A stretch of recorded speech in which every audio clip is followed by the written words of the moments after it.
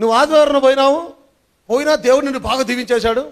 నువ్వు ఆదివారం పోకుండా ఉన్నావు, నిన్ను బాగా దీవించాడు. ఇప్పుడు ఏమనుకుంటారు?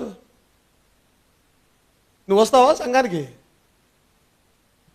పోయినా ఒకటే, పోకపోయినా ఆయన కూడా ఆశీర్వదించబడతా ఉన్నాడు. ఏముంది అందులో?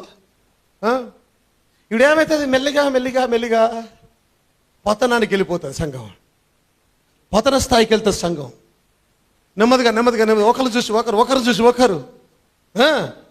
ఒకరి మీద నిందలు మోపు ఇంకొకరు. ఆయన పోతున్నాడు, నేను పోతా, వాళ్ళు పోతున్నారు. పోయినా దేవుడు ఏమనడం లేదు, పోయినా ఆశీర్వదిస్తున్నాడు దేవుడు. వాళ్ళు కష్టపడగా మాకేమొచ్చింది? మేము కష్టపడుకోకూడదా? మాకు పిల్లలు లేరా? ఇది చూడండి, ఎలాంటి పరిస్థితుల్లో వారి మార్పు చెంది ఎలా చెడ్డగా తయారై దేవునికి ఎలా దూరం అయిపోతారు. అందుకే దేవుడు ఏం చేస్తున్నాడు? ఆర్డర్ అంటే ఆర్డరే, వాక్యం అంటే వాక్యమే. నీకు కష్టమైన ఇష్టమైన నువ్వు దాన్ని పాటించి తీరాల్సిందే. అరే నా బిడ్డ కొంచెం కష్టమవుతుంది, ఈయన కొరకు వాక్యాన్ని మారుస్తాననే దేవుడు కాదు ఆయన. వాక్య విషయంలో తన మనసు ఎన్నడూ మార్చుకోనని దేవుడు ఆయన. తన సొంత కుమారుని ప్రాణము తీయాల్సి వస్తే కూడా వాక్యానికి లోపడిన దేవుడు ఆయన.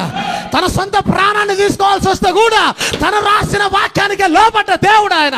నీకు మీద చాలిపడి వాక్యాన్ని మార్చే దేవుడు కాదు ఆయన. ఎవరి కోసమో తన వాక్యాన్ని మీరే దేవుడు కాదు ఆయన. వాక్య ప్రకారం జీవించి తీరాల్సిందే, ఎవరైనా జీవించాల్సిందే. నీ పరిస్థితి ఏమైనా ఎవరి పరిస్థితికి ఎలా ఉన్నా వాక్యానుసారం జీవించాల్సిందే ఖచ్చితంగా. అది దేవుని క్రమము, దేవుని చట్టము, అదే ధర్మశాస్త్రం అయినది. జీవిస్తే వాక్యానుసారం జీవించు.